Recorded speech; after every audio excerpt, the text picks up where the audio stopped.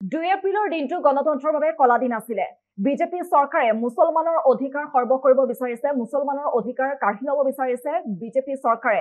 এনেদৰে বিজেপি চৰকাৰক লৈ ৱাকফ সংশোধনী বিধেয়কখন গৃহীত হোৱাৰ পাছতে কেইবাটাও বিস্ফোৰক মন্তব্য কৰিছে এআইইউডিএফৰ বিধায়ক ৰফিকুল ইছলামে। এই মুহূৰ্তত উল্লেখ কৰিছো যেটো 2 এপ্ৰিলৰ দিনটো গণতন্ত্ৰৰ বাবে কলা দিন আছিল। বিস্ফোৰক মন্তব্য কৰিছে এআইইউডিএফৰ বিধায়ক ৰফিকুল ইছলামে।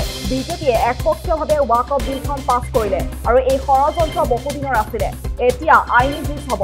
ৱাকফ সংশোধনী বিল সন্দৰ্ভত বিজেপি চৰকাৰৰ কটাক্ষ বিধায়ক ৰফিকুল ইছলামৰ। মুছলমানৰ ইতিহাসত 2 এপ্ৰিল কলা দিন হিচাপে চিহ্নিত হ'ব।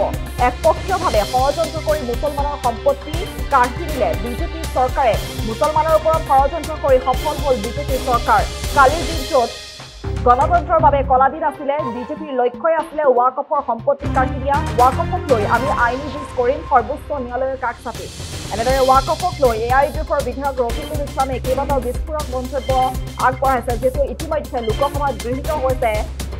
ৱাকফ সংশোধনী বিধেয়কখন ইতিমধ্যে যিহেতু লোকসভাত গৃহীত কৰা হৈছে আৰু তাৰ পাছতে বিভিন্নজনে প্ৰতিক্ৰিয়া ব্যক্ত কৰিছে। তাৰ সমান্তৰালকৈ এইবাৰ এআইইউডিএফৰ বিধায়ক ৰফিকুল ইছলামে কেইবাটাও বিস্ফোৰক মন্তব্য আগবঢ়াইছে, যেটো 2 এপ্ৰিলৰ দিনটো গণতন্ত্ৰৰ বাবে কলা দিন আছিল বুলি উল্লেখ কৰিছে তেখেতে। লগতে বিজেপিয়ে একপক্ষীয়ভাৱে ৱাকফ বিলখন পাছ কৰিলে। এই ষড়যন্ত্ৰ বহুদিনৰ আছিল বিজেপি চৰকাৰৰ।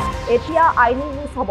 ৱাকফ সংশোধনী বিল সন্দৰ্ভত এনেদৰে বিজেপি চৰকাৰক কটাক্ষ কৰি কেইবাটাও বিস্ফোৰক মন্তব্য আগবঢ়াইছে ৰফিকুল ইছলামে। লগতে আইনী যুঁজ কৰাৰো আইনী আন্দোলন কৰাৰো হুংকাৰ প্ৰদান কৰিছে এতিয়া এআইইউডিএফৰ বিধায়ক ৰফিকুল ইছলামে। আমি ইয়াৰ বিৰোধিতা কৰি আহিছোঁ আৰম্ভণিৰ পৰা।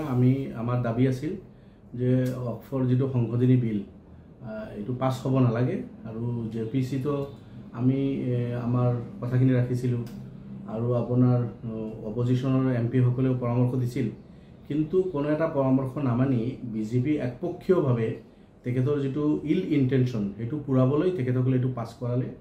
আৰু মই ভাবোঁ যোৱাকালি ভাৰতৰ ইতিহাসত এটা কলা দিন আছিল যে মুছলমান সম্প্ৰদায়ৰ ভাৰতবৰ্ষত ৱকফৰ যি প্ৰপাৰ্টি আছিল, এই প্ৰপাৰ্টি কেনেকুৱা মুছলমানৰ হাতৰ পৰা কাঢ়িব পাৰি তাৰ কাৰণে বিজেপিৰ যিটো ষড়যন্ত্ৰ, আৰু সেই ষড়যন্ত্ৰত বিজেপিৰ যোৱাকালি ছাকচেছ হ'ল তেখেতসকলে।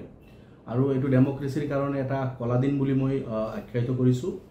আৰু একপক্ষীয়ভাৱে এনেকুৱা ধৰণৰ কৰিব নালাগিছিল তেখেতসকলে। আজি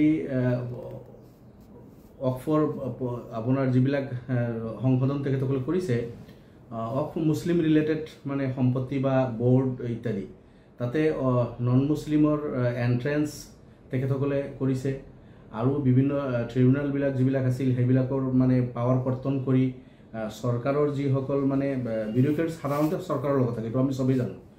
ডিচিৰ ওপৰত যিখিনি কৰ্তৃত্ব বা এনেকুৱা ধৰণৰ আৰু কিছুমান যিবিলাক মানে তেখেতসকলে এমেণ্ডমেণ্ট কৰি সন্নিৱিষ্ট কৰিছে, আল্টিমেটলি গৈ বিজেপিৰ লক্ষ্য উদ্দেশ্য হ'ল যে ৱকফৰ প্ৰপাৰ্টি মুছলমানৰ হাতৰ পৰা কেনেকৈ কাঢ়িব পাৰি, ৱকফৰ প্ৰপাৰ্টি কেনেকৈ ধ্বংস কৰিব পাৰি। মুছলমানৰ এই সম্পত্তি বিজেপিৰ চকুত পৰিছে, তাৰ কাৰণে তেখেতসকলে বহুদিনৰ পৰাই ষড়যন্ত্ৰ কৰি আছিল। আৰু গৈ যোৱাকালি তেখেতসকলৰ ষড়যন্ত্ৰত তেখেতসকলে ছাকচেছ হ'ল। আৰু মই ভাবোঁ ডেমক্ৰেচিৰ কাৰণে, ভাৰতবৰ্ষৰ কাৰণে এইটো যোৱাকালি এটা কলা দিন আছিল। ইয়াৰ বিগত দিনত আমি বিৰোধ কৰিছোঁ, অনাগত দিনত আমাৰ বিৰোধ থাকিব। এতিয়া যিহেতু জবৰদস্তি তেখেতসকলে পাৰ্লিয়ামেণ্টত পাছ কৰিছে, অল ইণ্ডিয়া মুছলিম পাৰ্চনেল ল বৰ্ড, জমিয়ত উলামায়ে হিন্দ আৰু বিভিন্ন দল সংগঠনে তেখেতসকলে আগভাগ লৈ এই মানে ইয়াৰ বিৰুদ্ধে ইমান দিন যুঁজি আছিল গণতান্ত্ৰিক পদ্ধতিত। এতিয়া আমি অসম ৰাজ্যিক জমিয়ত, আমাৰ সৰ্বভাৰতীয় জমিয়তৰ লগত আমি আলোচনা কৰিম। অল ইণ্ডিয়া মুছলিম পাৰ্চনেল ল বৰ্ডৰ লগত আলোচনা হ'ব। এতিয়া নিশ্চিতভাৱে আইনী যুঁজ হ'ব। আমি সুপ্ৰিম কোৰ্টৰ ওচৰত যাম আৰু এই একপক্ষীয়ভাৱে সংবিধানৰ বিৰুদ্ধে গৈ যেনেকৈ জবৰদস্তি বিজেপিয়ে এইটো এমেণ্ডমেণ্ট কৰি পাছ কৰালে, ইয়াৰ বিৰুদ্ধে নিশ্চিতভাৱে আমি আইনী যুঁজ যুঁজিম আৰু সুপ্ৰিম কোৰ্টলৈকে যাম।